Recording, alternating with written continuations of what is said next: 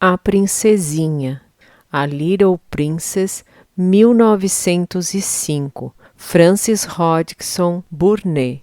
Narração Silvia Vale. Capítulo 6. As Minas de Diamantes. Pouco tempo depois, sucedeu uma coisa muito emocionante. E não foi apenas Sarah, mas toda a escola que a achou emocionante e a tornou o principal tema de conversa durante semanas. Numa das suas cartas, o capitão Crewe contou uma história de veras interessante.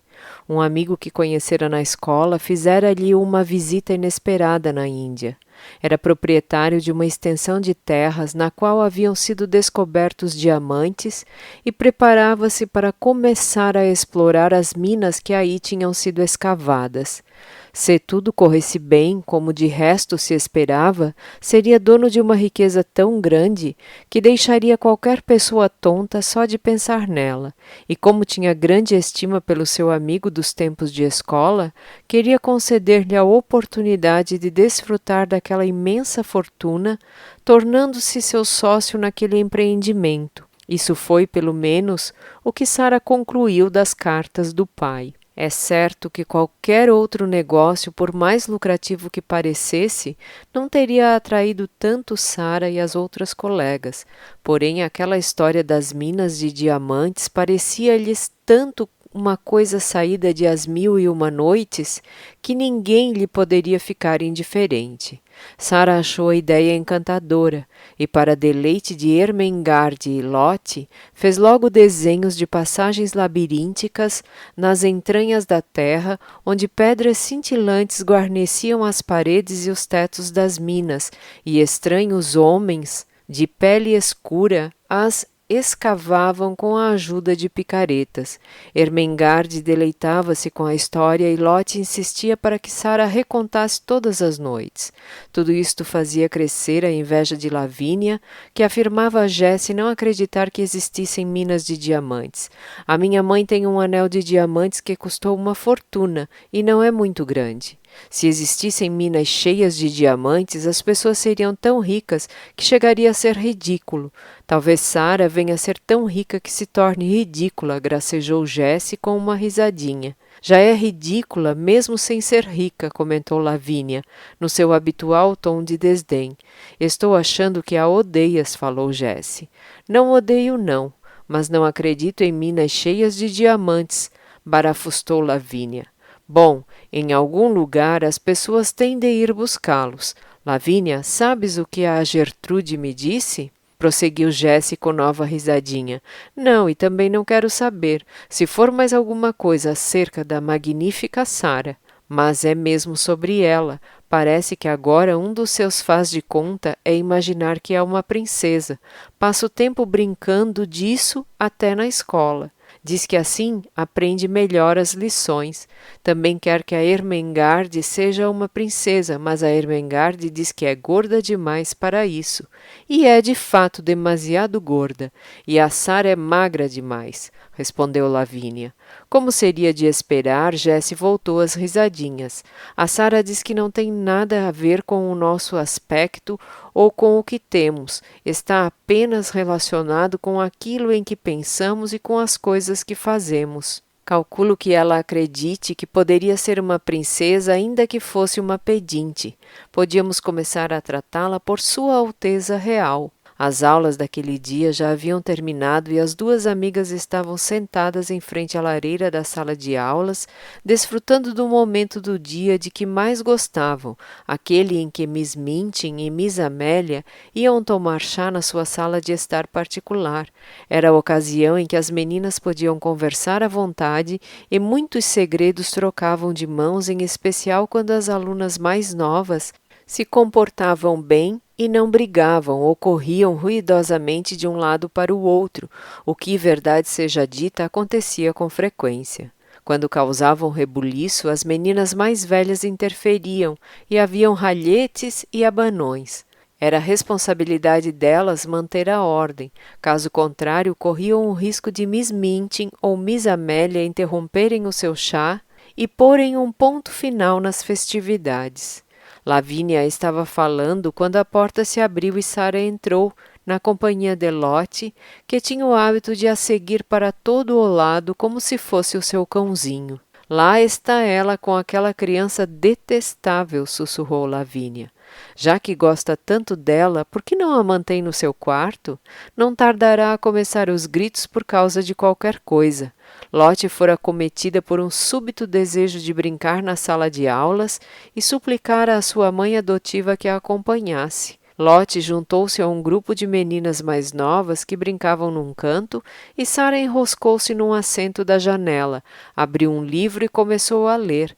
Era um volume de história da Revolução Francesa que não tardou a deixá-la absorta numa imagem pungente dos prisioneiros na Bastilha, homens que haviam passado tantos anos em masmorras que, ao serem libertados, apresentavam os seus longos cabelos e barbas grisalhos a esconderem-lhe as faces, e quase se tinham esquecido de que existia um mundo por lá das paredes da prisão. Não eram muito diferentes de fantasmas. Estava tão longe da sala de aulas que não foi nem um pouco agradável ser de repente arrastada de volta por um grito de Lotte. Nada lhe era mais difícil do que refrear-se de perder a paciência quando estava absorta num livro. As pessoas que gostam de ler conhecem bem a sensação de irritação que as invade numa ocasião assim.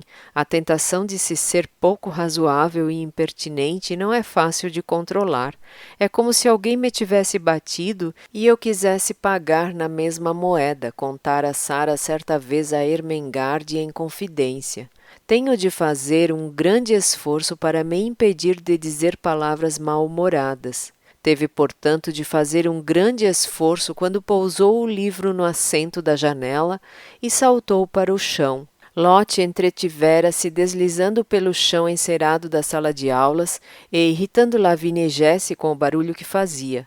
Em dado momento caíra e machucara o joelho rechonchudo. Gritava e esperneava no meio de um grupo de amigas e inimigas que ora elogiavam, ora repreendiam.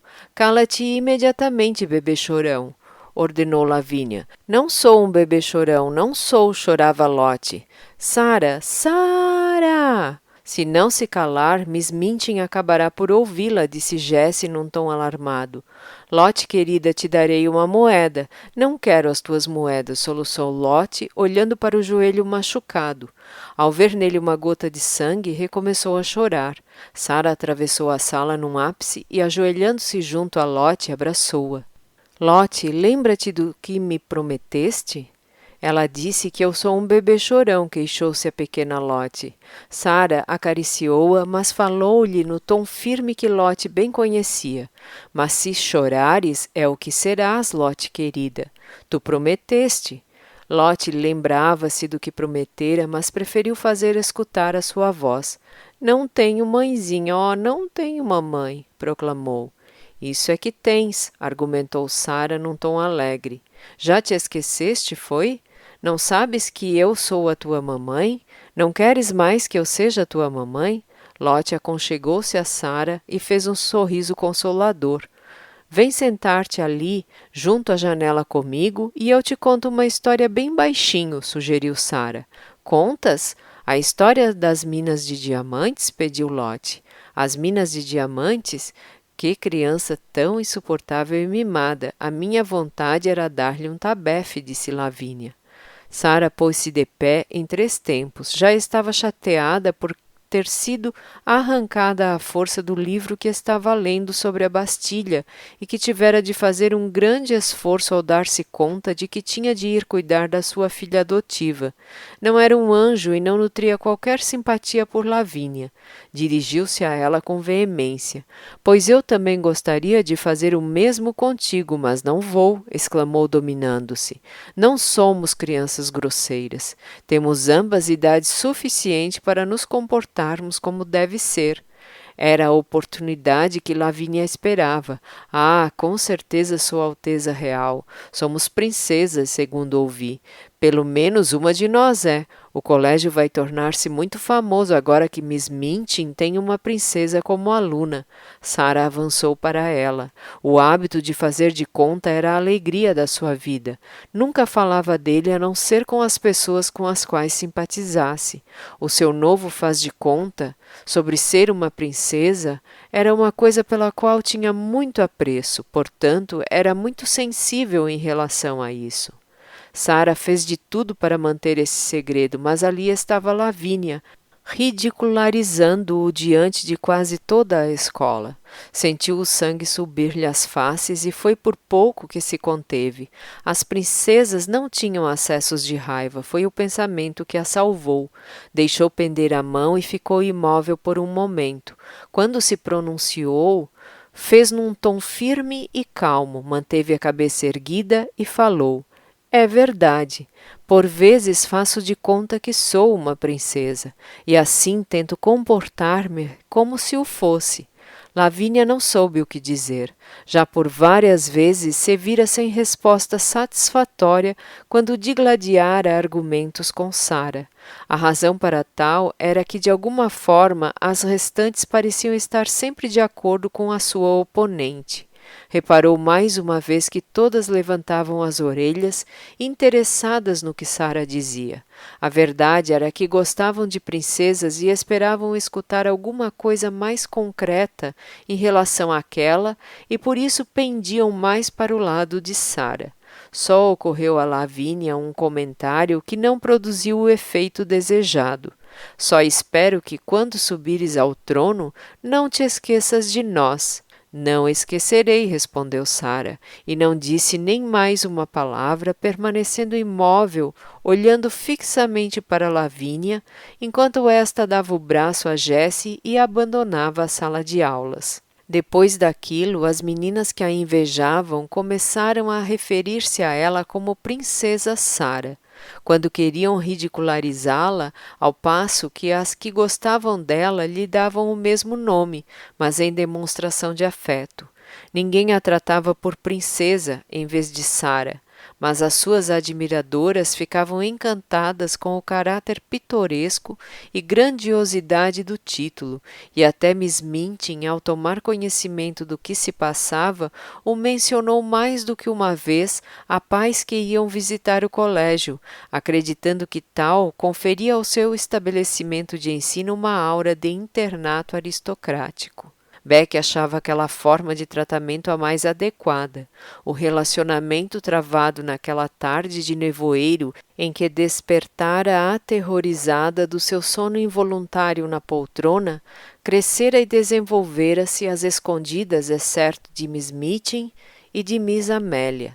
Já ambas se haviam dado conta de que Sarah era bondosa com a criada da copa, mas nada sabiam sobre determinados momentos prazerosos e arriscados em que, tendo preparado os quartos do piso de cima com a velocidade de um relâmpago, Beck chegava à sala de estar de Sarah e pousava o pesado balde do carvão com um suspiro de felicidade. Nessas ocasiões, Sarah contava-lhe mais um episódio de alguma história e certas guloseimas eram devoradas ou escondidas nos bolsos para serem consumidas à noite. Quando Beck subia ao seu quarto no sótão. Mas tenho de as comer com cuidado, senhorita, referiu ela uma vez, pois se deixar cair migalhas, as ratazanas aparecem para as devorar. Ratazanas? Exclamou Sarah horrorizada. Há ratazanas no teu quarto? Muitas, senhorita, respondeu Beck de uma forma bastante prosaica. No sótão, o que há mais são ratazanas e ratos. Acabamos por nos habituar ao barulho que fazem rastejando de um lado para o outro. Eu já me habituei, por isso não me incomodam, desde que não passem por cima do meu travesseiro. Meu Deus, comentou Sarah. Ao fim de algum tempo, habituamo-nos a qualquer coisa. Assim é, senhorita, quando se nasce criado da copa. Prefiro ter ratos no meu quarto do que baratas, disse Beck.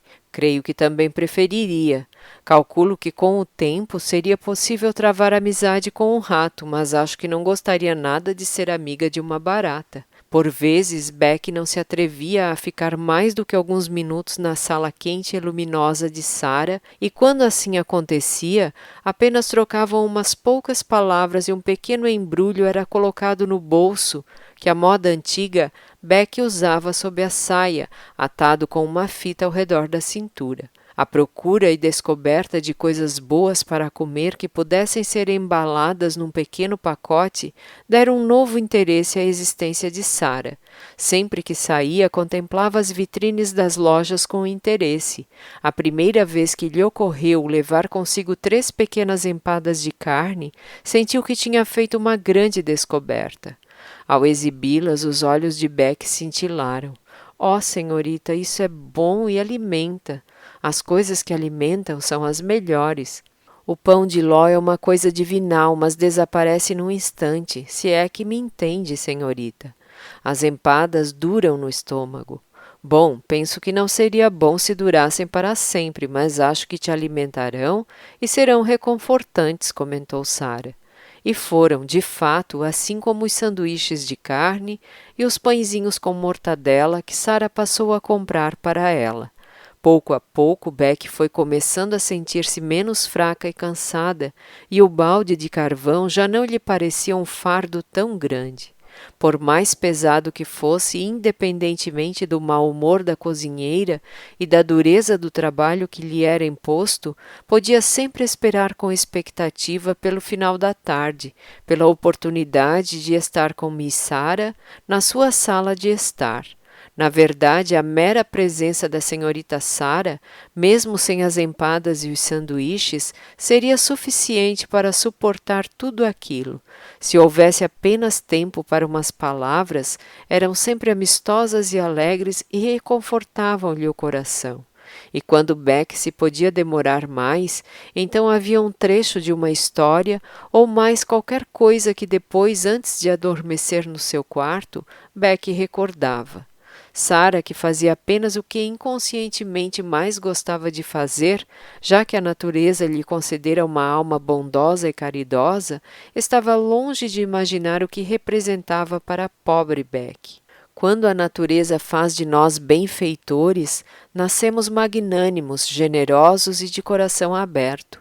E embora possa haver momentos em que as nossas mãos estejam vazias, o coração está sempre cheio e pode dar coisas belas e amáveis como ajuda, consolo e alegria.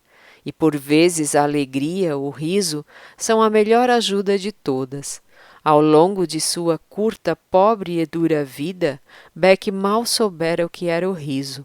Sarah fazia rir e ria-se com ela, e embora nenhuma das duas soubesse, o riso alimentava tanto como as empadas. Umas semanas antes do seu 11º aniversário, Sarah recebeu uma carta do pai, mas não parecia ter sido escrita com a boa disposição jovial de costume. O seu pai não estava bem e era evidente que se sentia sobrecarregado com os negócios relacionados com as minas de diamantes. Sabes, minha Sarah, escrevia ele, o teu papai não é nem de perto nem de longe um homem de negócios, e os números e a papelada aborrecem-no. Não os compreende e tudo lhe parece intimidante e complicado. Se não me sentisse febril, talvez não ficasse acordado, remexendo-me para um lado e para o outro durante metade da noite, e não passasse a outra metade a debater-me com sonhos perturbadores. Se a minha senhorita estivesse aqui, creio bem que me daria um conselho sério e sensato. Darias, não darias, senhorita? Uma das muitas brincadeiras do capitão era chamar a filha a sua senhorinha. Por causa do seu ar adulto e solene, fizera preparativos maravilhosos para o aniversário dela. Entre outras coisas, encomendara uma boneca nova em Paris e o seu guarda-roupa seria o mais magnífico já visto. Ao responder à carta do pai, que perguntava se uma boneca seria um presente aceitável, Sarah fora muito peculiar e engraçada. Estou ficando muito crescida, escreveu, e deixarei de ter idade para receber bonecas. Esta será a minha última boneca. Há qualquer coisa de solene nisso. Se soubesse escrever poesia, estou certa de que um soneto sobre a última boneca seria lindo. Todavia não sei escrever poesia. Tentei, mas só me fiz rir. Não soava nem um pouco como os poemas de Watts, Coleridge ou Shakespeare. Ninguém jamais ocupará o lugar da Emily, mas acarinharei muito a última boneca e tenho a certeza de que toda a escola a adorará. Todas as meninas gostam de bonecas, embora algumas das mais crescidas, as que têm quase 15 anos, façam de conta que são demasiado adultas para gostar delas. O capitão Crewe estava com uma dor de cabeça lancinante quando leu aquela carta no seu bangalô na Índia. Na mesa à sua frente amontoavam-se cartas e papéis que o alarmavam e o deixavam ansioso, mas riu-se como há semanas não ria ao ler as palavras da filha. A cada ano que passa, vai se tornando mais espirituosa. Oxalá este negócio se endireite e me deixe tempo livre para ir vê-la o mais breve. O que eu não daria para ter os seus pequenos braços ao redor do meu pescoço, neste momento. O que eu não daria, pensou o capitão. O aniversário deveria ser celebrado com grandes festividades. A sala de aulas seria decorada e haveria uma festa. As caixas contendo os presentes seriam abertas com grande cerimônia e na sala de estar privada de Miss Minchin seria servido um magnífico banquete. Quando o dia chegou, toda a casa foi tomada por um frenesi de agitação. A manhã passou rapidamente, tantos eram os preparativos. A sala de aulas foi decorada com festões de azevinho, as carteiras afastadas e os bancos dispostos em volta da sala foram tapados com cobertas vermelhas.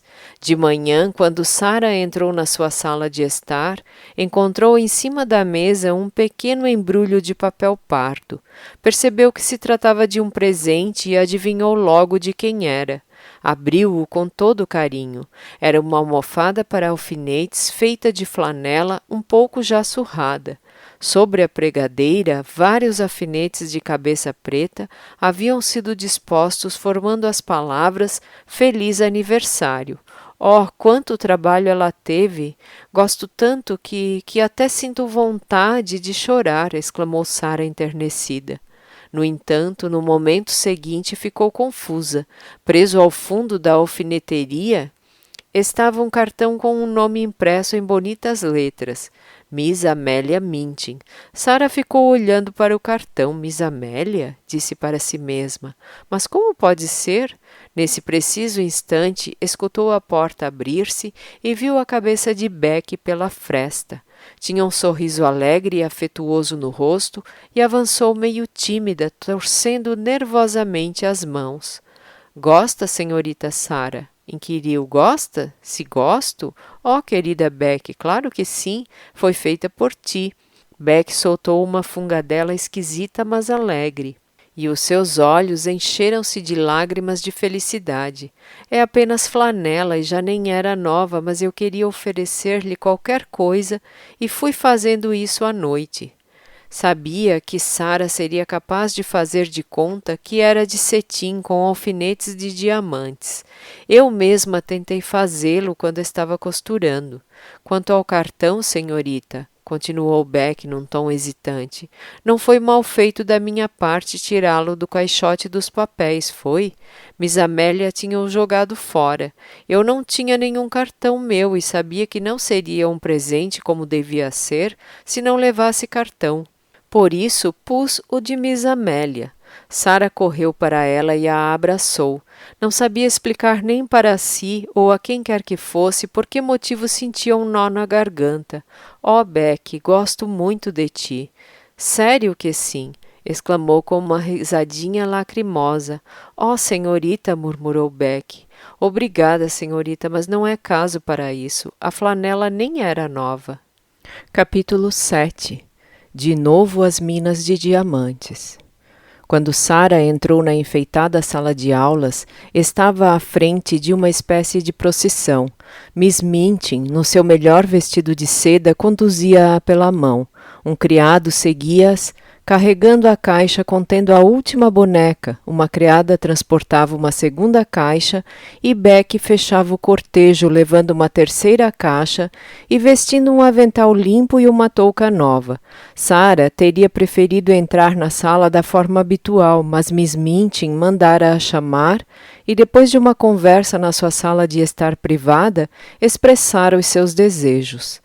Não é uma ocasião normal, por isso não pretendo que seja tratada como tal, referiu Miss Minchin. Assim, Sarah foi conduzida até a sala de um modo grandioso e sentiu-se embaraçada quando, à sua entrada, as garotas mais velhas a fitaram e se acotovelaram umas às outras, com as mais pequenas começando a agitar-se alegremente nos seus lugares. Silêncio, meninas, ordenou Miss Minchin perante o burburinho que se gerou. James, pouse a caixa em cima da mesa e tire-lhe a tampa. Emma, coloque a sua numa cadeira. Becky, chamou de repente num tom severo. Contagiada pela agitação, Becky esquecera o que devia fazer e estava sorrindo para Lottie, que se remexia de tanta expectativa. A reprovadora voz sobressaltou-a de tal modo que quase deixou cair a caixa que segurava. Seus modos, em jeito de desculpa, foram tão desajeitados que Lavínia e Jessie puseram-se a rir disfarçadamente. Não estás aqui para olhar para as meninas, que disparate! Pousa a caixa! Ralhou Miss Minchin. Becky obedeceu com uma rapidez alarmada e dirigiu-se às pressas para a porta. Podem retirar-se, anunciou Miss Minchin para os criados com um aceno de mão. Becky desviou-se respeitosamente para deixar passar primeiro os criados mais importantes. Não pôde deixar de lançar um olhar desejoso à caixa que estava em cima da mesa. Por entre as pregas de papel de seda aparecia uma coisa de cetim azul. Eu gostaria que a Becky ficasse, por favor, Miss Minchin, disse Sarah de repente. Foi um ato ousado da sua parte. Miss Minchin foi traída por um pequeno estremecimento, empurrou os óculos mais acima pelo nariz e contemplou a sua aluna modelo com perplexidade. A Becky? Minha querida Sarah, exclamou Miss Minchin. Sarah deu um passo na direção dela. Gostaria que ela ficasse, porque sei que gostará de ver os presentes, tal como nós, é uma criança. Miss Minchin estava escandalizada. Olhava ora para uma, ora para outra. Minha querida Sarah, a Becky é a criada da Copa. As criadas da Copa não são crianças. Nunca lhe ocorrera de fato semelhante ideia. Para ela, as criadas da Copa eram máquinas que carregavam baldes de carvão e acendiam o fogo. Mas a Becky é, e tenho a certeza de que se divertirá. Por favor, deixe-a ficar, por ser o meu aniversário. Miss Minchin respondeu com grande dignidade. Uma vez que é o seu aniversário, concedo-lhe esse desejo. Rebecca, agradeça a Miss Sarah pela sua imensa amabilidade. Encostada a um canto, Becky torcia a bainha do seu avental numa grande ansiedade. Avançou então, fazendo uma cortesia, e enquanto agradecia com as palavras atropelando-se umas às outras, trocou com Sarah um olhar de cumplicidade. Ó, senhorita, muito obrigada, senhorita, do fundo do coração. Eu queria mesmo muito ver a boneca. Obrigada, senhorita, e obrigada também, minha senhora, por me permitir tomar esta liberdade, acrescentou, virando-se para Miss Minchin e fazendo uma nova cortesia. Miss Minchin acenou de novo com a mão, desta vez na direção do canto perto da porta. Vai para ali. Não te quero demasiado perto das meninas, comandou. Becky regressou ao seu canto com um sorriso nos lábios. Pouco lhe importava para onde a mandavam, desde que pudesse ter a sorte de ficar ali, ao invés de na copa, enquanto aquelas maravilhas decorriam. Nem sequer se importou quando Miss Minchin limpou a garganta ruidosamente e voltou a pronunciar-se. Ora bem, meninas, tenho umas palavras para dizer, anunciou ela. Oh, vai fazer um discurso. Quem dera que já tivesse terminado, sussurrou uma das meninas. Sarah ficou bastante constrangida. Uma vez que era a sua festa, o mais certo era que o discurso fosse sobre ela. Não era agradável ser assim o centro das atenções. Como de certo as meninas sabem, começou o discurso, pois tratava-se de fato de um discurso. A nossa querida Sara faz hoje 11 anos. Querida Sara, murmurou Lavínia. Várias das meninas aqui presentes também já fizeram 11 anos, mas os aniversários da Sara são bem diferentes dos das outras meninas. Quando ela for mais velha, será a herdeira de uma grande fortuna que terá o dever de gastar de uma forma meritória. As minas de diamantes, gracejou Jessie em voz baixa. Sara não a escutou. Com os seus olhos cinza esverdeados cravados em Miss Minchin, começou a sentir-se envergonhada. Sempre que esta falava de dinheiro, Sara sentia que a detestava. E, claro, era desrespeitoso detestar os adultos. Quando seu querido pai, o capitão Crewe, a trouxe da Índia e a entregou ao meu cuidado, prosseguiu o discurso, disse-me num tom brincalhão, creio bem que ela virá a ser muito rica, Miss Minchin. A minha resposta foi, a educação que ela receberá no meu colégio, capitão Crewe, será digna da maior fortuna. A Sara tornou-se a minha aluna mais notável. A forma como fala francês e dança são uma honra para o colégio. As suas maneiras, as quais nos fazem chamá-la de Princesa Sara, são perfeitas. A amabilidade que demonstra ao oferecer-nos esta festa não conhece limites. Espero que saibam apreciar a sua generosidade. Quero que expressem o seu apreço dizendo todas juntas: Obrigada, Sara. A sala em peso pôs-se de pé, como acontecera na manhã que Sara tão bem recordava. Obrigada, Sara, disseram todas as meninas a uma só voz. Lotte, inclusive, pôs-se aos pulinhos. Sara ficou muito embaraçada por um momento. Em agradecimento, fez uma pequena mesura muito bem executada. Obrigada por terem vindo à minha festa, disse ela. Que homenagem tão bonita, Sara, elogiou Miss Minchin. É o que uma princesa verdadeira faz quando a população a aplaude. Lavínia, o som que acabou de fazer não me pareceu nada bem, disse com um olhar fulminante na direção dela. Se tem ciúmes da sua colega, sugiro que demonstre os seus sentimentos de uma forma mais graciosa e própria de uma senhorita.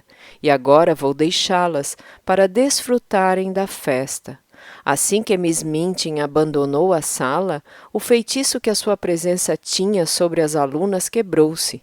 A porta ainda não havia sido fechada por completo e todas já haviam abandonado os seus lugares. As mais pequenas pulavam ou precipitavam-se dos seus assentos e as mais velhas também não perderam tempo em desertar dos delas. Seguiu-se uma corrida às caixas. Sara curvara-se sobre uma delas com uma expressão de felicidade.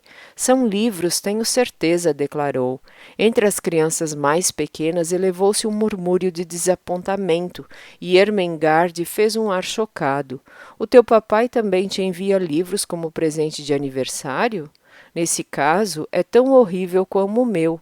Não abras, Sara.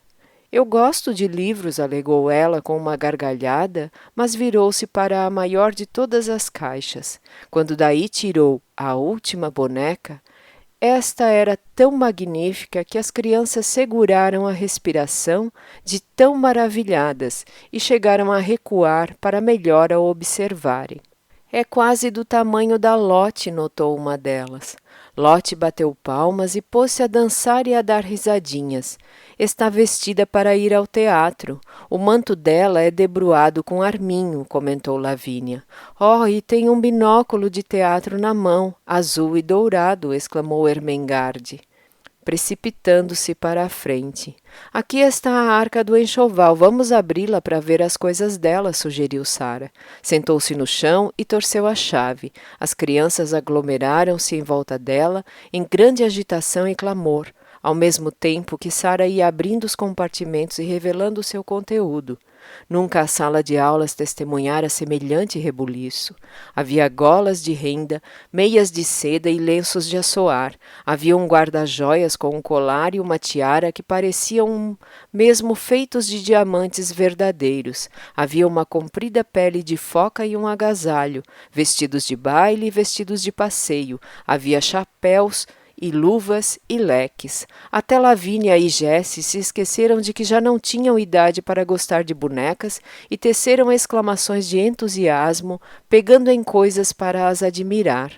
Imaginemos que ela compreende o que dizemos e se sente orgulhosa por ser admirada. Falou Sara, levantando-se e colocando um imponente chapéu de veludo preto na sorridente e impassível dona de todos aqueles esplendores. Estais sempre imaginando coisas, respondeu Lavínia, com um dos seus ares de superioridade. Bem sei, gosto de o fazer. Não há nada melhor do que fazer de conta. É quase como se fôssemos uma fada madrinha. Se imaginarmos uma coisa com todas as nossas forças, é como se fosse verdadeira, respondeu Sara, sem se deixar perturbar.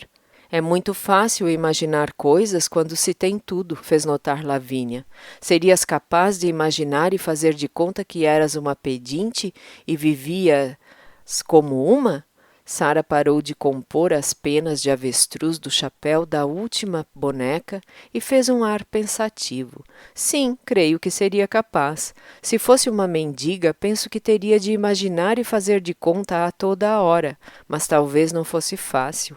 Mais tarde, Sara pensou muitas vezes em como fora estranho que, nesse preciso momento, Miss Amélia tivesse entrado na sala. Sara, o advogado do seu pai, o Sr. Barrow, veio falar com Miss Minchin e ela tem de conversar com ele a sós. Uma vez que o lanche será servido na saleta dela, é melhor virem lanchar agora, para que a minha irmã possa receber o Sr. Barrow aqui na sala de aulas. Um lanche era coisa que não se desdenhava jamais, portanto, muitos pares de olhos cintilaram perante aquela sugestão.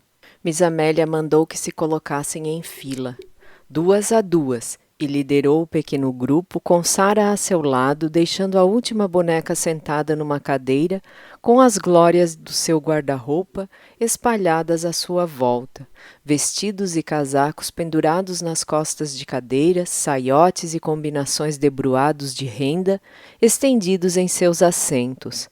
Becky, que não participava do lanche, cometeu a indiscrição de se deter por um momento para contemplar aquelas maravilhas.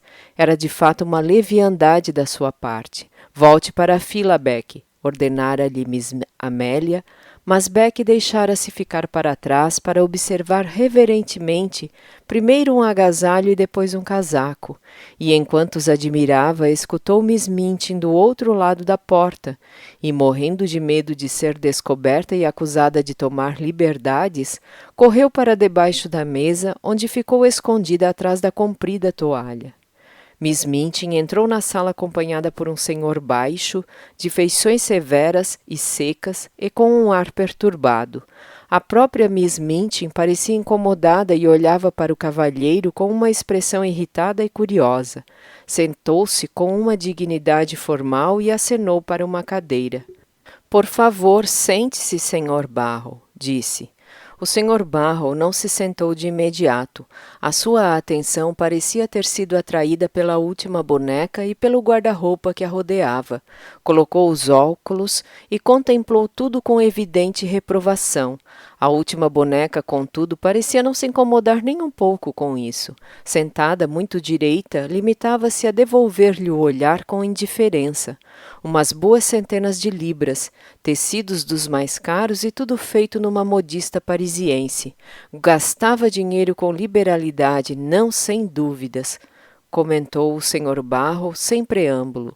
Miss Minchin sentiu-se ofendida. Tratava-se de um descrédito ao seu melhor cliente e de um abuso. Nem mesmo os advogados tinham o direito de tomar liberdades. "Lamento, mas não estou entendendo, Sr. Barrow", reclamou ela num tom inflexível.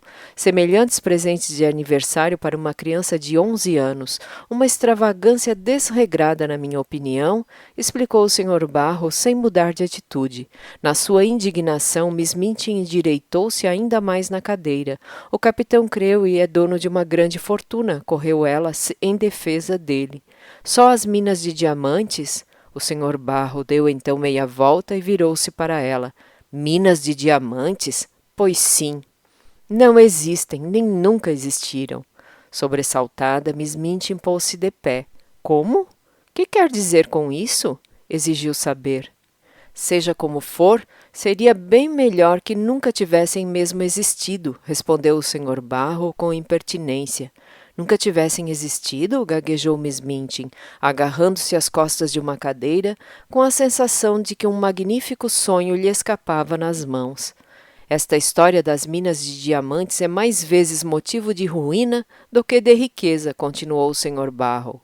Quando um homem se vê nas mãos de um amigo chegado e não é ele mesmo um homem de negócios, o melhor que tem a fazer é manter-se longe das minas de diamantes ou minas de ouro ou de qualquer outro tipo de minas em que o seu dito amigo chegado pretenda que ele invista o seu dinheiro.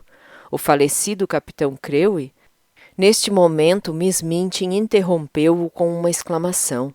"O falecido capitão Crewe?" gritou ela. "O falecido? Não veio com certeza dizer-me que o capitão Crewe faleceu, minha senhora", completou o Sr. Barrow com uma brusquidão descortês. Morreu de um misto de febre dos matos e preocupações financeiras. Talvez a febre não o tivesse matado se as dificuldades financeiras não o tivessem conduzido ao desespero, e as dificuldades financeiras talvez não tivessem lhe causado a morte se a febre dos matos não tivesse ajudado. O capitão Crewe está morto. Miss Minchin tombou na sua cadeira, tomada de pânico pelas palavras do advogado. "E quais eram as dificuldades financeiras do capitão?" inquiriu ela. "Minas de diamantes e amigos chegados. E a ruína", respondeu o Sr. Barrow. Miss Minchin ficou sem fôlego. "Ruína?" balbuciou ela num sussurro. Perdeu tudo, até ao último centavo. O capitão tinha demasiado dinheiro. O tal amigo chegado falou-lhe entusiasticamente das minas de diamantes, garantindo que seria um êxito. Disse-lhe que investiria todo o seu dinheiro no negócio e convenceu o capitão Crewe a fazer o mesmo. Um dia, o amigo chegado desapareceu. O capitão Crewe já estava doente quando recebeu a notícia. O choque foi demasiado para ele. Morreu delirante, chamando pela filha, a qual não deixou um tostão. Miss Minchin compreendeu então o que acontecera e nunca na vida recebera um golpe assim. A sua aluna modelo e o seu melhor cliente arrebatados assim de uma só vez. Sentia-se como se tivesse sido ultrajada e roubada, e os culpados eram o capitão Crewe, Sarah e o Sr. Barrow, em igual medida. "Está dizendo-me que ele não deixou nada? Que Sarah não herdará qualquer fortuna? Que a criança é uma pedinte? Que em vez de uma herdeira tenho aos meus cuidados uma mendiga?" O Sr. Barrow era um advogado astuto e achou melhor aproveitar o ensejo para deixar bem claro que não tinha quaisquer responsabilidades sobre isso. "É sem dúvida uma pedinte e fica seguramente aos seus cuidados, uma vez que não tem outros parentes." Miss Minchin deu uns passos em frente. A sua intenção era sair porta fora e ir colocar um ponto final nas festividades que decorriam alegre e ruidosamente na sala de estar privada. "É monstruoso. Ela está na minha sala de estar neste momento, vestida de seda e rendas da cabeça aos pés, dando uma festa às minhas custas." "Às suas custas, sem dúvida, minha senhora", reiterou o Sr. Barrow com toda a calma. "A Barrow e Skipworth não se responsabiliza por nada. Nunca vi um homem perder toda a sua fortuna de uma forma tão rápida. O capitão Crewe faleceu sem liquidar a nossa última conta, e olhe que era enorme." Miss Minchin virou as costas para a porta, cada vez mais indignada. A situação era ainda pior do que qualquer um podia ter imaginado. "Foi o que me aconteceu também", gritou ela.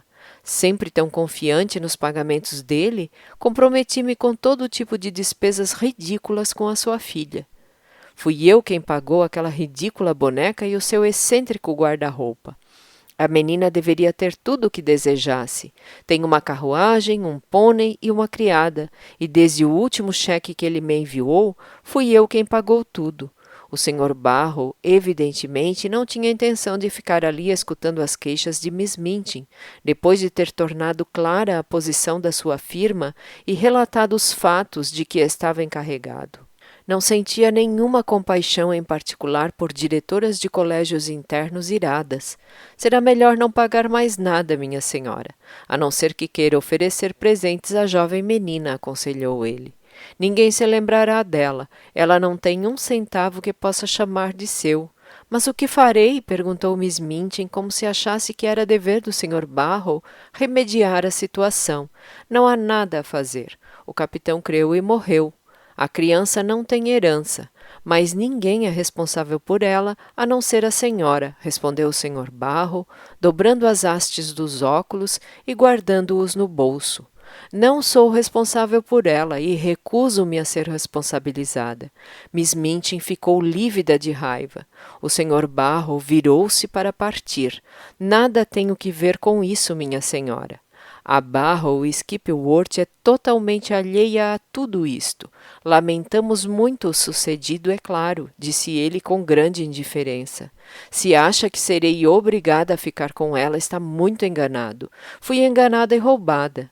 A colocarei no olho da rua. Barafustou Miss Minchin. Se não estivesse tão furiosa, não teria dito semelhante coisa, porém via-se sobrecarregada com uma criança educada de forma extravagante, pela qual nunca nutrira grande simpatia, e por isso perdera o autocontrole. Impassível, o Sr. Barrow dirigiu-se para a porta. Se fosse a senhora, não faria isso. Não será bem visto. Não quererá uma história tão desagradável associada ao seu estabelecimento. Aluna posta na rua sem dinheiro e sem família. Era um homem inteligente e sabia do que falava. Sabia também que Miss Minchin era uma mulher de negócios e seria suficientemente astuciosa para ver a razão. Não se podia dar ao luxo de praticar um ato que levasse as pessoas a descrevê-la como cruel e impiedosa. Melhor será mantê-la e pô-la a bom uso. É uma criança inteligente, segundo soube. Poderá prestar-lhe bons serviços quando crescer, acrescentou ele. Utilizarei seus serviços mesmo antes de ela crescer, exclamou Miss Minchin. Estou certo que sim, minha senhora, concordou o Sr. Barrow com um sorriso sinistro. Estou certo que sim. Tenha um bom dia, e com uma reverência saiu e fechou a porta. É preciso que se diga que Miss Minchin ficou uns momentos apenas olhando para a porta fechada. O que ele dissera era a mais pura das verdades e ela sabia disso. Não havia como remediar a situação. A aluna que fora o exemplo e o orgulho do colégio não passava agora de uma criança reduzida à miséria e sem família. E o dinheiro que gastara em nome dela estava irremediavelmente perdido.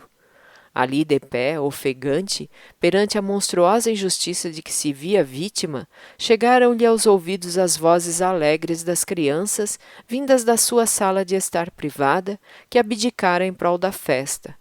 A isso, pelo menos, podia pôr termo de imediato. Ao avançar para a porta, esta abriu-se e Miss Amélia entrou. Ao avistar a expressão alterada e furiosa da irmã, deu um passo atrás alarmada. Que aconteceu, mana? Indagou. Miss Minchin respondeu num tom quase feroz. Onde está a Sarah Crewe? Miss Amélia estava perplexa. A Sarah? Está com as restantes crianças na sua saleta, é claro, gaguejou. Ela tem algum vestido preto no seu suntuoso guarda-roupa? Inquiriu Miss Minchin com uma amarga ironia. Um vestido preto? Voltou a gaguejar Miss Amélia. Ela tem vestidos de todas as cores. Pergunto se tem algum preto. Miss Amélia começou a empalidecer.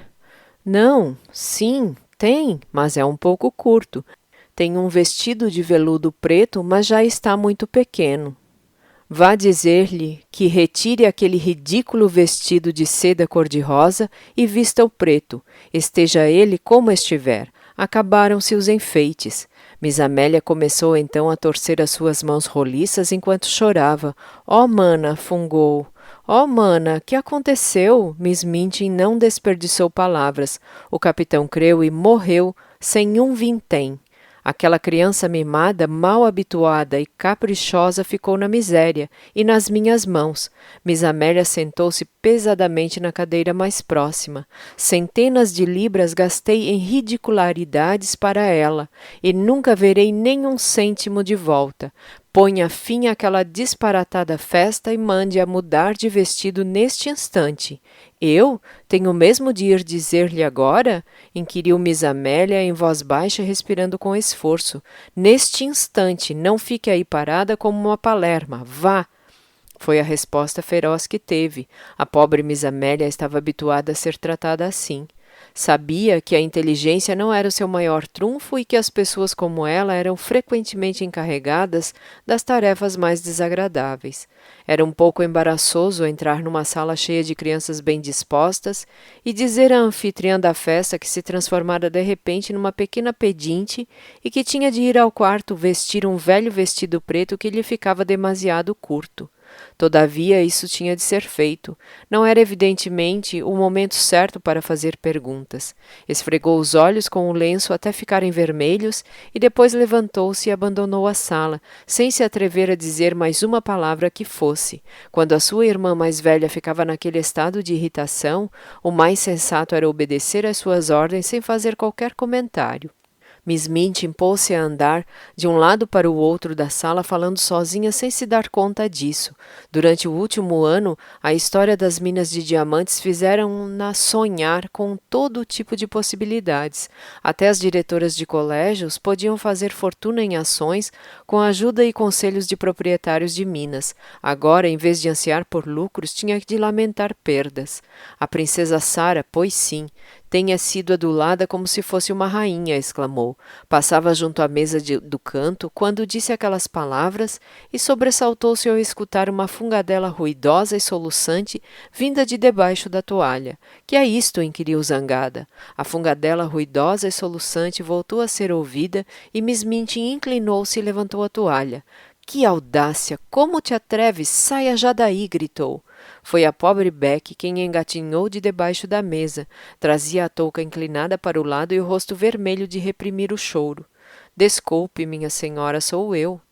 Sei que não devia estar aqui, mas estava admirando a boneca, minha senhora, e fiquei cheia de medo quando a senhora entrou e por isso escondi-me debaixo da mesa, explicou ela. Então estiveste aí o tempo todo escutando? Disse Miss Minchin. Não, minha senhora, não estive escutando. Ainda achei que conseguiria sair, mas não pude e tive de ficar. Não estava escutando de propósito, minha senhora, e não o faria por nada, mas não pude deixar de ouvir, protestou Beck, com muitas desculpas e reverências. De repente, foi quase como se tivesse perdido todo o medo da sua terrível patroa. Desatou em prantos. Oh, por favor, minha senhora, sei que irá pôr-me na rua, mas tenho tanta pena de Miss Saras, pobrezinha. Oh, que pena! Saia já daqui, ordenou Miss Minchin. Beck fez nova reverência, as lágrimas escorrendo-lhe pelas faces abaixo. Sim, minha senhora, já estou saindo. Só queria perguntar-lhe uma coisa. Miss Sarah sempre foi uma menina rica, habituada a ter quem a sirva. Que irá ela agora fazer sem criada, minha senhora? Se a senhora puder me deixar ser criada dela, depois de eu ter lavado toda a louça, eu faria o meu serviço depressa. Se a senhora me deixasse ser a criada dela, agora que ela é pobre. Oh, pobre Miss Sarah, a quem todos tratavam por princesa, e desatou de novo a chorar. Miss Minchin ficou ainda mais encolerizada. Só lhe faltava mesmo que aquela criadinha sem eira nem beira se pusesse do lado daquela criança mimada, daquela Sarah de quem dava-se agora bem conta, nunca gostara. Era demais. Tal era a sua fúria que bateu com o pé no chão. Não, com certeza que não. Ela será criada de si mesma e de outras pessoas também. Saia daqui neste instante ou ponho-te na rua. Beck tapou o rosto com o avental e abandonou a sala correndo. Desceu a escada até a copa e, sentando-se no meio dos seus tachos e panelas, chorou desconsoladamente, como se o seu coração fosse se partir. É tal e qual como nas histórias, a pobre princesa que é abandonada à sua sorte, lamentou ela. Miss Minchin nunca se mostrara tão fria e severa como quando Sarah foi ao seu gabinete umas horas mais tarde em resposta à mensagem que lhe enviara. A festa de aniversário já lhe parecia um sonho ou uma coisa que sucedera há vários anos, e na vida de uma ou outra menina. Todos os vestígios das festividades tinham desaparecido, os enfeites foram arrancados das paredes da sala de aula e os bancos e carteiras colocados de novo nos seus lugares. A sala de estar de Miss Minchin retomara o seu aspecto habitual, sem sinais do lanche em parte nenhuma. As alunas tinham recebido instruções para despirem os vestidos de festa e a própria Miss Minchin reassumira o seu traje de diretora. Diga a Sarah que venha à minha sala e deixe bem claro que não quero choradeiras nem cenas desagradáveis, dissera Miss Minchin à irmã. A Sarah é a criança mais estranha que já vi, mana. Não fez qualquer espalhafato. Talvez a mana ainda se recorde que o mesmo aconteceu quando o capitão Crewe regressou à Índia. Quando a informei do que acontecera, limitou-se a ficar muito quieta olhando para mim, sem soltar um único pio. Os seus olhos esbugalharam-se cada vez mais e ela ficou muito pálida. Quando terminei, ficou na mesma posição por uns segundos, olhando-me fixamente. Depois o queixo começou a tremer. Deu meia volta e saiu correndo da sala em direção ao seu quarto. Várias das crianças começaram a chorar, mas me pareceu que ela nem as ouvia, parecia indiferente a tudo menos ao que eu dizia. Foi muito estranho não obter qualquer resposta dela. Quando se dá assim uma notícia inesperada, esperamos que a pessoa diga qualquer coisa, seja lá o que for. Mas ninguém, a não ser a própria Sarah, sabia o que acontecera no seu quarto depois de ter subido as escadas correndo e ter trancado a porta.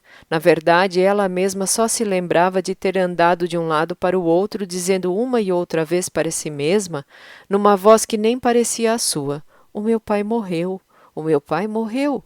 Numa das vezes, parou em frente a Emily, sentada na sua cadeira, e gritou: "Emily, ouviste? O papai morreu. Morreu na Índia, a milhares de quilômetros de distância." Quando entrou na sala de estar de Miss Minchin em resposta à sua mensagem, estava pálida e exibia profundas olheiras. Tinha os lábios cerrados, como se não desejasse revelar o que sofrera e estava sofrendo. Não se parecia nem minimamente com a borboleta cor-de-rosa que esvoaçara de tesouro em tesouro na decorada sala de aulas. Ao invés disso, assemelhava-se a um espectro desolado e quase grotesco. Vestira-se sem a ajuda de Mariette, o vestido de veludo preto que já tinha sido posto de lado. Ficava-lhe demasiado apertado e curto, por isso as suas esguias pernas pareciam mais compridas e magras. Uma vez que não encontrara uma fita preta, levava o cabelo curto, espesso e negro, solto ao redor da face, o que realçava ainda mais a sua palidez. Segurava a Emily com força nos braços, envolta num pedaço de tecido preto. "Pouse a boneca", ordenou Miss Minchin. "Que ideia foi a sua de trazê-la aqui?" "Não, é tudo o que me resta. Foi o meu pai que me deu a Emily", respondeu Sarah. Sempre fizera Miss Minchin sentir-se secretamente desconfortável, e foi o que aconteceu naquele momento. Não lhe falou com descortesia, mas com uma firmeza glacial com a qual Miss Minchin encontrou dificuldades em lidar, talvez por saber que estava fazendo uma coisa desumana e cruel. Não terá tempo para bonecas no futuro, terá de trabalhar e tornar-se útil, afirmou ela.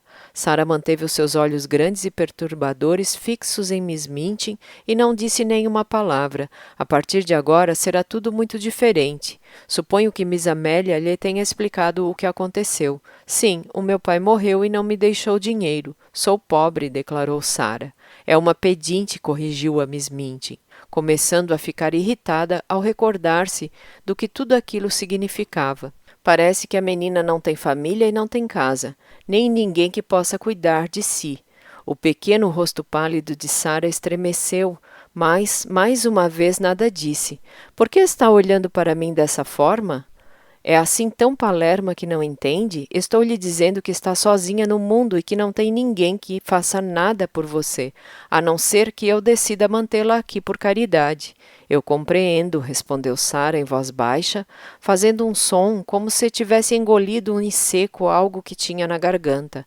"Essa boneca", gritou Miss Minchin, apontando para o esplêndido presente de aniversário pousado numa cadeira perto dela. "Essa ridícula boneca com seu extravagante guarda-roupa, fui eu que paguei tudo." Sarah virou a cabeça na direção da cadeira. "A última boneca", disse, num tom melancólico e estranho. "A última boneca, sem dúvida. E é minha, não sua. Todos os seus pertences são agora meus", exclamou Miss Minchin. "Nesse caso, fique com ela, por favor, não a quero." Tivesse Sarah chorado e soluçado ou feito um ar assustado e Miss Minchin teria talvez sido mais conciliadora com ela. Era uma mulher que gostava de dominar e exercer o seu poder, mas ao olhar para o rosto pálido e resoluto da sua ex-aluna e ao escutar a sua voz orgulhosa, sentiu-se desafiada e julgava que as suas ordens estavam sendo colocadas à prova. Não se faça de importante. Esse tempo já passou, já não é uma princesa. A sua carruagem e o seu pônei serão vendidos, a sua criada será despedida. Vestirá as roupas mais velhas e simples que tiver. As restantes já não se adequam mais à sua situação. Agora é como a Becky e terá de trabalhar para viver, explicou Miss Minchin. Para sua surpresa, viu um brilho nos olhos da criança, um brilho de alívio. Posso trabalhar? Se puder fazê-lo, não custará tanto. Que poderei eu fazer? Quis saber Sara. Tudo o que lhe for ordenado. É uma criança esperta e compreende rapidamente o que lhe dizem. Se tornar útil, talvez a deixe ficar aqui. Fala bem francês e poderá dar uma ajuda com as crianças mais novas. Posso? Oh, ainda bem. Sei que serei capaz de as ensinar. Gosto delas e elas gostam de mim. Não diga disparates. Que importa se gostam ou não? Terá de fazer mais do que ensinar as mais pequenas. Entregará recados e ajudará na cozinha, bem como na sala de aulas. Se não me agradar, será mandada para a rua, não se esqueça disso. E agora pode retirar-se, ordenou Miss Minchin. Sara ficou imóvel por um momento, olhando para Miss Minchin. Na sua mente jovem debatiam-se profundos e estranhos pensamentos. Virou-se então para abandonar a sala. Espere, não planeja agradecer-me? Inquiriu Miss Minchin. Sara deteve-se e os seus pensamentos tornaram-se ainda mais tumultuosos. Pelo quê? Devolveu ela. Pela minha amabilidade, pela minha bondade em proporcionar-lhe um lar. Sara deu 2 ou 3 passos na direção de Miss Minchin. O seu peito subia e descia como se estivesse esforçando-se por se conter. Pronunciou-se então num tom acalorado e nada infantil. A senhora não é amável. A senhora nada tem de bondoso e esta casa não é um lar. Deu então meia volta e saiu da sala, antes que Miss Minchin conseguisse detê-la ou fazer algo mais do que ficar olhando para ela, muda de raiva. Sara subiu as escadas sem pressa, mas respirava com esforço, segurando Emily com força contra o corpo. Quem me dera que ela falasse, disse para si mesma. Se ao menos ela falasse, se ao menos ela falasse... A sua intenção era ir para o seu quarto, deitar-se na pele de tigre, com a face encostada à cabeça enorme do felino e entregar-se aos seus pensamentos ao mesmo tempo que contemplava o fogo. No entanto, ao chegar ao corredor, Miss Amélia saiu do quarto e fechou a porta atrás de si, colocando-se frente à menina com um ar nervoso e constrangido. A verdade era que se sentia envergonhada com o que a irmã lhe ordenara que fizesse. Não pode entrar aqui, declarou Miss Amélia. Não posso entrar? Repetiu Sara chocada, dando um passo atrás. Este já não é o seu quarto, informou a Miss Amélia, corando um pouco. De repente fez-se luz e Sara compreendeu. Era o início da mudança que a sua vida sofreria, mudança essa anunciada por Miss Minchin. Onde é agora o meu quarto? Perguntou ela, esforçando-se ao máximo para que a voz não tremesse. Dormirá no sótão, no quarto ao lado do de Beck. Sara sabia onde ficava. Beck falara-lhe do canto do terraço em que dormia. Voltou-se e subiu mais 2 lances de escadas. O último era estreito e os degraus estavam cobertos por um carpete muito velho e poído. Sara sentia-se como se estivesse deixando para trás o mundo no qual aquela outra criança, que já não lhe parecia ela mesma, vivera. A menina que subia aqueles degraus em direção ao sótão, de vestido curto, apertado e velho, era uma pessoa muito diferente. Quando chegou à porta do quarto e a abriu, sentiu um aperto no coração. Entrou, fechou a porta e encostou-se a ela, olhando em redor. Sim, era de fato outro mundo. O quarto, pintado de branco, tinha o teto inclinado, as paredes estavam enegrecidas e em algumas partes o reboco caíra. Havia uma lareira enferrujada e uma velha cama de ferro com um colchão duro e coberto com uma colcha desbotada. Algumas peças de mobiliário, demasiado velhas para serem usadas nos pisos de baixo, tinham sido ali colocadas. Sob a janela no telhado, que apenas mostrava um pedaço do céu triste e escuro, havia uma pequena arca velha e muito usada, cuja tampa servia de banco. Sara sentou-se ali. Raramente chorava e também não o fez no momento. Estendeu Emily nos seus joelhos, encostou o rosto ao da boneca, abraçou-a e ficou assim, os seus cabelos pretos confundindo-se com o traje de luto da boneca, sem dizer uma única palavra, sem fazer um único som. Ao fim de um momento em silêncio, escutou uma pancada suave na porta, tão leve, tão humilde, que a princípio nem a escutou direito e, na verdade, só levantou a cabeça quando reparou na porta abrindo e viu um rosto tímido e manchado pelas lágrimas. Era Beck. Há horas que chorava às escondidas e esfregava os olhos ao avental sujo. "Ó, senhorita, posso entrar? Só por um pouquinho?" perguntou ela em voz baixa, meio receosa. Sara olhou para ela e tentou esboçar um sorriso, mas não foi capaz. De repente, e tudo graças ao olhar choroso, carinhoso e melancólico de Beck, o rosto de Sara assemelhou-se muito mais ao de uma criança do que ao de uma menina demasiado madura para sua idade. Estendeu o braço e soltou um soluço. "Oh, Beck, eu bem te disse que éramos iguais. Somos apenas duas meninas, nada mais do que duas meninas. Como vês, é verdade. Não há diferença entre nós. Já não sou uma princesa." Beck correu para ela, agarrou-lhe a mão e, apertando-a contra o seu peito, ajoelhou-se ao lado dela e chorou, de amor e compaixão. "É sim, senhorita," afirmou com segurança por entre os seus soluços. "Aconteça o que acontecer, seja o que for, será sempre uma princesa, e nada poderá mudar isso." Capítulo 8. No sótão. Sara nunca mais esqueceu aquela primeira noite no sótão. Passou aquelas intermináveis horas numa angústia e pesar desesperados e grandes demais para a sua idade, dos quais nunca falou a viva alma. Ninguém a teria compreendido. Foi uma felicidade, portanto, que enquanto jazia insone mergulhada na escuridão, a sua mente tivesse sido ocasionalmente distraída pela estranheza do que a rodeava. Foi talvez uma sorte que o seu pequeno corpo a tivesse recordado de coisas materiais.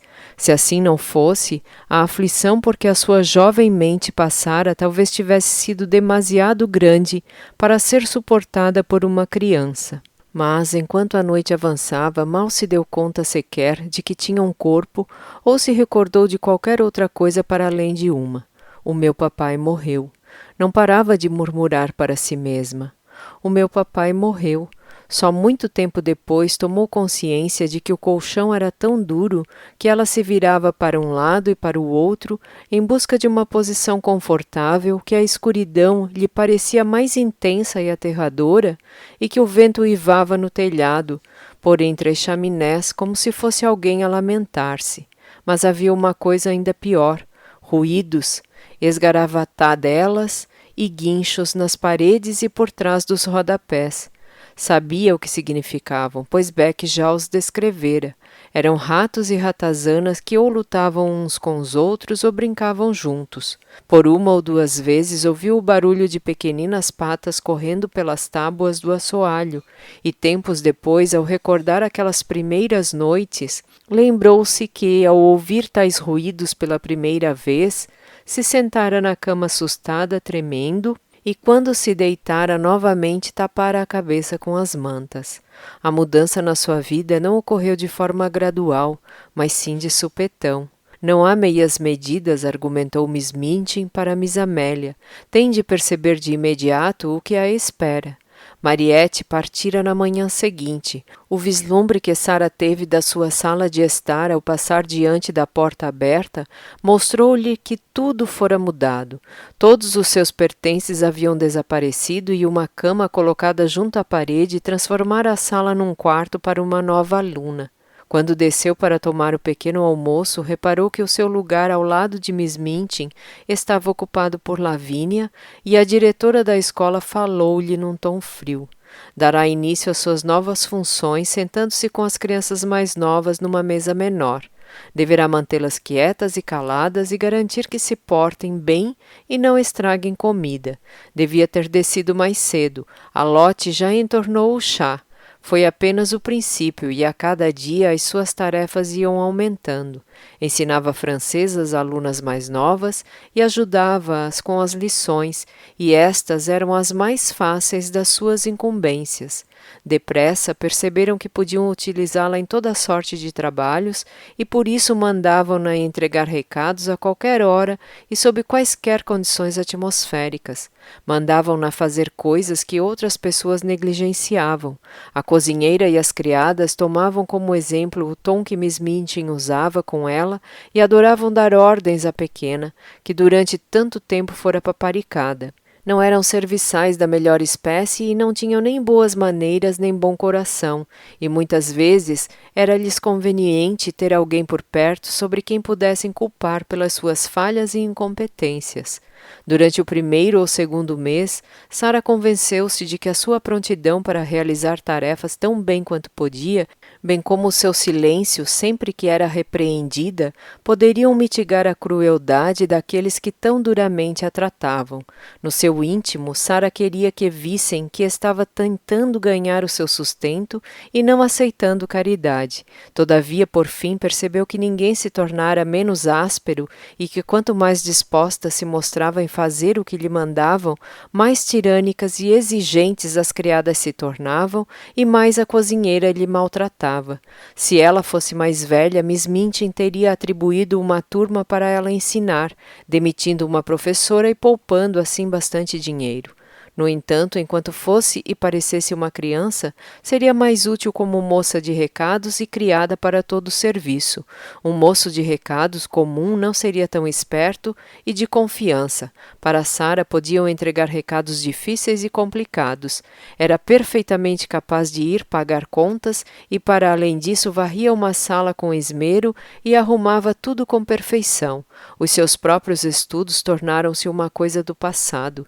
Ninguém lhe ensinava mais nada e só depois de um longo dia passado correndo de um lado para o outro às ordens de toda a gente é que era autorizada de má vontade a ir para a sala de aulas vazia com uma pilha de livros velhos e estudar sozinha a noite adentro. Se não me recordar do que aprendi, corro o risco de esquecer, dizia Sara para si mesma. Sou quase uma criada da copa, e se for uma criada da copa que não sabe nada, serei como a pobre Becky. Pergunto-me se não acabarei esquecendo tudo o que aprendi e por pronunciar incorretamente as palavras, não me lembrando sequer que Henrique VIII teve 6 esposas. Um dos aspectos mais curiosos em relação à nova existência de Sara era a sua mudança de posição junto às alunas. Fora uma espécie de personagem real no meio delas, mas agora era quase como se não existisse. A cozinheira mantinha-a tão ocupada que mal tinha oportunidade de falar com qualquer uma delas, para além de que era bem óbvio que Miss Minchin preferia que ela tivesse uma vida separada das ocupantes da sala de aula.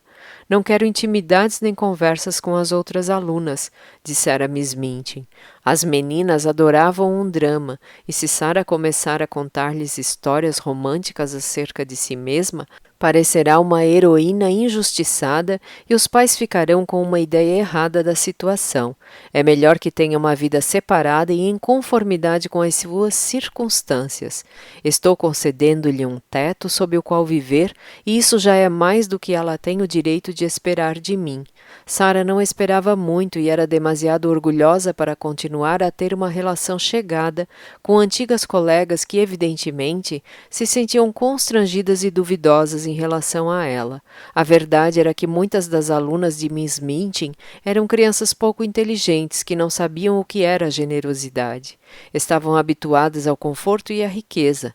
À medida que os vestidos de Sara iam ficando mais curtos e gastos, e que se tornou um fato estabelecido que ela usava sapatos com buracos e era mandada à mercearia e trazia as compras num cesto quando a cozinheira as queria com pressa, as alunas sentiam que, ao falar com ela, estavam falando com uma criada, e pensar que ela era a princesa das minas de diamantes.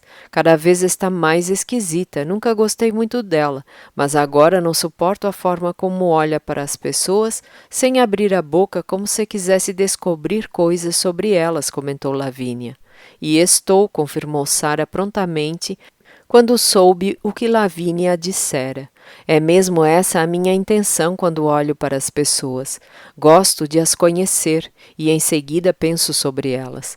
Por várias vezes Sara se esquivara de problemas por manter Lavínia distante, pois esta não hesitaria em fazer alguma travessura que deixasse a ex-aluna modelo em apuros. Sara nunca fazia travessuras nem interferia com ninguém. Trabalhava como uma escrava, corria as ruas carregada de pacotes e cestos, esforçava-se por combater a desatenção das mais pequenas durante a lição de francês e, quando as suas roupas adquiriram um ar muito gasto e maltrapilho, foi-lhe dito que seria melhor comer na cozinha. Era tratada como se não fosse preocupação de ninguém, e o seu coração endureceu e tornou-se mais orgulhoso, mas nunca disse a pessoa nenhuma o que sentia. Os soldados não se queixam, afirmava ela por entre os dentes cerrados. Eu também não me lamentarei. Farei de conta que estou numa batalha. Contudo, horas havia em que o seu coração de criança quase se rachava de saudades de 3 pessoas. A primeira, diga-se em verdade, era Beck. Ao longo daquela primeira noite passada no quarto do sótão, sentira um certo consolo em saber que do outro lado da parede onde os ratos esgravatavam e guinchavam, estava uma criança como ela. Durante as noites que se seguiram, essa sensação de consolo aumentou. Poucas oportunidades tinham de conversar uma com a outra durante o dia. Cada qual tinha as suas tarefas para cumprir, e qualquer tentativa de iniciar uma conversa seria encarada como indolência ou perda de tempo. Não se ofenda comigo, senhorita, sussurrou Beck na primeira manhã. Se eu não lhe parecer muito educada, ralhariam comigo se me vissem conversando. A senhorita sabe que eu sei dizer por favor e obrigada e desculpe, mas não o digo para não perder tempo. Antes de o dia raiar, Beck esgueirava-se para o quarto de Sara e abotoava-lhe o vestido e ajudava-a com o que ela precisasse, antes de descer para acender o fogo no fogão. E quando a noite caía, Sara escutava sempre a humilde pancada à sua porta, que significava que Beck estava de novo disponível para ajudar, se fosse necessário. Durante as primeiras semanas do seu desgosto, Sara sentiu-se como se estivesse demasiado atordoada para falar. Por isso, só depois de algum tempo é que começaram a ver-se mais e a trocar visitas ao quarto uma da outra. No seu coração, Beck pressentia que as pessoas em sofrimento preferiam estar sozinhas. A segunda pessoa do trio era Ermengarde, mas só depois de algumas peripécias é que ela voltou a recuperar o seu lugar no coração da amiga. Quando Sara despertou de novo para a vida que avançava à sua volta, deu-se conta de que se esquecera por completo da existência de Ermengarde. As duas tinham sido amigas. Porém, Sara tivera sempre a impressão de ser muito mais velha do que ela. Não se podia negar que Ermengarde tinha tanto de obtuso quanto de afetuoso. Apegara-se a Sara como uma criança desamparada. Pedia-lhe ajuda com as lições, bebia cada uma das suas palavras e não se cansava de pedir que lhe contasse histórias. Não obstante, ela mesma não tinha nada de interessante para dizer e detestava livros, fosse de que espécie fosse. Posto isso, Ermengarde não era uma pessoa de quem alguém fosse se lembrar numa hora de grande angústia e aflição, e Sara esqueceu-a. Tal esquecimento fora ainda mais propiciado pelo fato de Ermengarde ter sido chamada subitamente à sua casa por algumas semanas. Ao regressar, não viu Sara durante um dia ou dois, e quando a encontrou, foi de passagem num corredor. Trazia os braços carregados de roupa que teria de remendar, pois já tinha sido ensinada a fazer esse trabalho. Sara estava pálida, não parecia a mesma pessoa, e trazia um vestido muito esquisito que lhe deixava uma parte das pernas magras e morenas à mostra. Ermengarde era uma menina de raciocínio demasiado lento para reagir à altura da situação. Não lhe ocorreu, portanto, nada para dizer. Sabia o que tinha acontecido, mas de alguma forma nunca imaginara vir a encontrar Sara assim, tão estranha, pobre e transformada numa criada.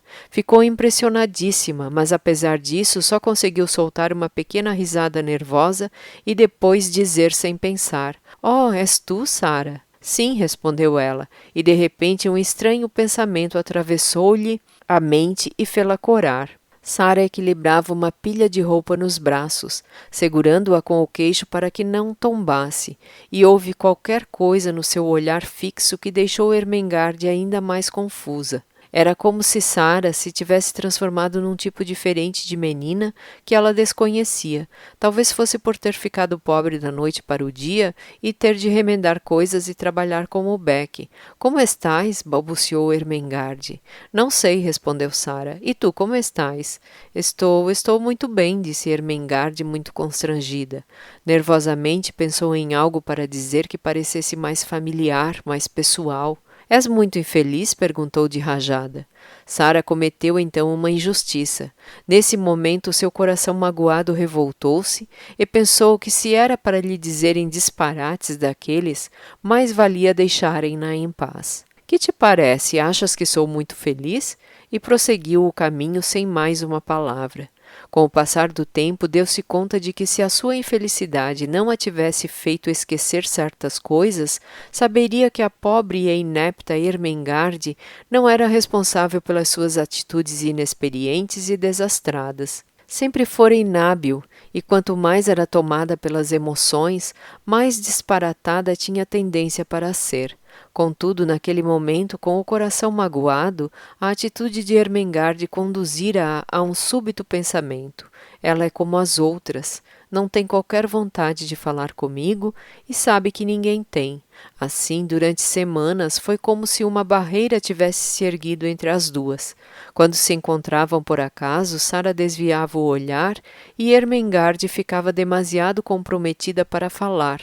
Por vezes cumprimentavam-se com um curto aceno de cabeça, mas outras nem sequer trocavam cumprimentos. Se ela prefere não falar comigo, manter-me-ei longe dela. Miss Mintin até me facilita isso, pensara Sara. Tanto assim era que durante um tempo mal se viram sequer. Ao longo desse período foi comentado que Ermengarde estava mais palerma do que nunca e que parecia apática e infeliz. Costumava sentar-se aninhada no assento de janela olhando para a rua sem dizer uma palavra. Uma vez, ao passar junto a ela, Jessie deteve-se para olhá-la com curiosidade. "Por que está chorando, Ermengarde?" perguntou. "Não estou chorando", respondeu Ermengarde numa voz abafada e trêmula. "Claro que está. Uma lágrima grossa acabou de escorrer pelo teu rosto." "E lá vai outra. Estou muito triste, mas ninguém tem nada com isso", declarou Ermengarde e virou as costas para Jessie, tirando o lenço de assoar da manga e escondendo o rosto nele. Nessa noite, quando Sara subiu ao seu quarto, era mais tarde do que o habitual. Fora mantida trabalhando até depois da hora a que as alunas se deitavam, e em seguida ainda fora para a sala de aulas, deserta, estudar as suas lições. Ao chegar no alto das escadas, ficou surpreendida por ver luz por baixo da porta do seu quarto. "Ninguém vem aqui, a não ser eu", pensou ela, mas alguém acendeu uma vela. Alguém acendera efetivamente uma vela e esta não ardia no castiçal da cozinha que ela costumava usar, mas num dos que pertenciam aos quartos das alunas. Esse alguém estava sentado no velho baú embaixo da janela, de camisa de noite e envolta num xale escuro. Era Ermengarde. Ermengarde! "Vais me deixar em apuros", gritou Sara, tão espantada que quase estava assustada. Ermengarde levantou-se e avançou pelo quarto arrastando os chinelos, que lhe ficavam demasiado grandes.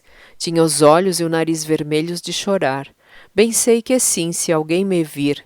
Mas não me importo nem um pouco. Oh, Sara, por favor, diga-me, o que acontece? Por que não gostas mais de mim? A voz de Ermengarde fez um nó crescer na garganta de Sara. Era tão afetuosa e simples. Lembrava-lhe a Ermengarde de outros tempos que lhe pedira para serem melhores amigas. Não tive intenção de agir assim como fiz nas últimas semanas. Mas eu gosto de ti, respondeu Sara. Pensei que tudo mudou para mim, entendes? E achei que tu também tinhas mudado. Ermengarde abriu muito os olhos lacrimosos. Mas quem mudou foste tu. Não quiseste falar comigo. Eu não sabia o que fazer. Tu é que estavas diferente quando eu regressei, argumentou ela. Sara pensou por um momento e percebeu que cometera um erro. Estou diferente, com certeza, embora não da forma que tu pensas. Miss Minchin não quer que eu fale com as alunas e a maioria delas também não quer falar comigo. Achei que talvez tu também não quisesses, por isso tentei te evitar. Oh, Sara, gemeu Ermengarde num tom de censura pouco convicta, e depois de trocarem mais um olhar, correram para os braços uma da outra. Durante vários minutos, Sara manteve a sua cabeça de caracóis pretos sobre o ombro coberto pelo xale vermelho.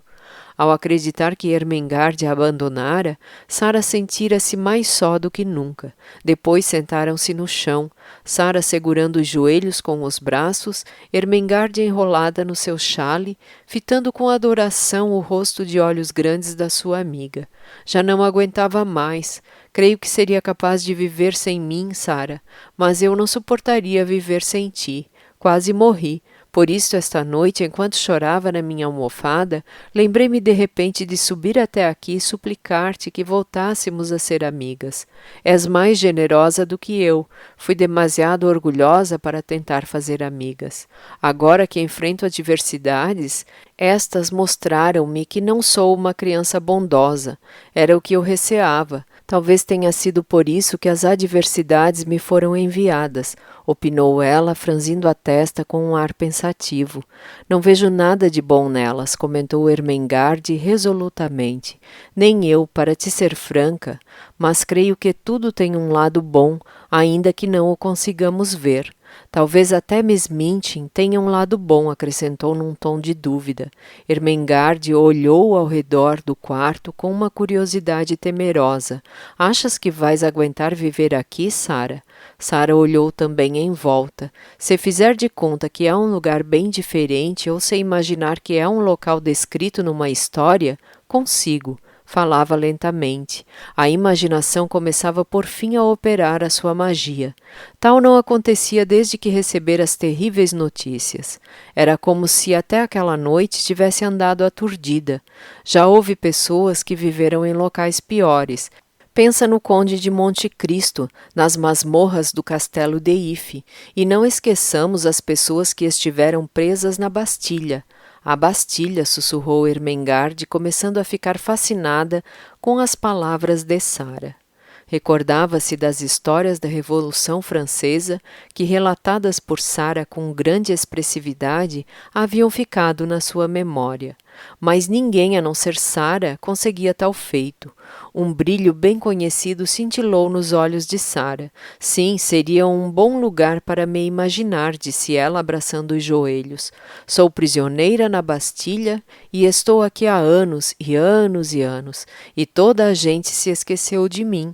Miss Minchin é a carcereira e a Beck, os seus olhos tremeluziram ainda mais. A Beck é a prisioneira da cela ao lado. Virou-se para Ermengarde, que viu na expressão da sua amiga a Sara do antigamente.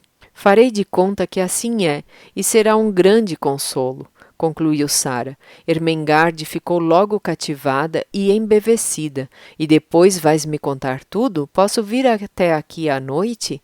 Quando for seguro escutar o que imaginaste durante o dia, vai parecer que somos ainda mais melhores amigas do que nunca. Sim, a adversidade põe as pessoas à prova.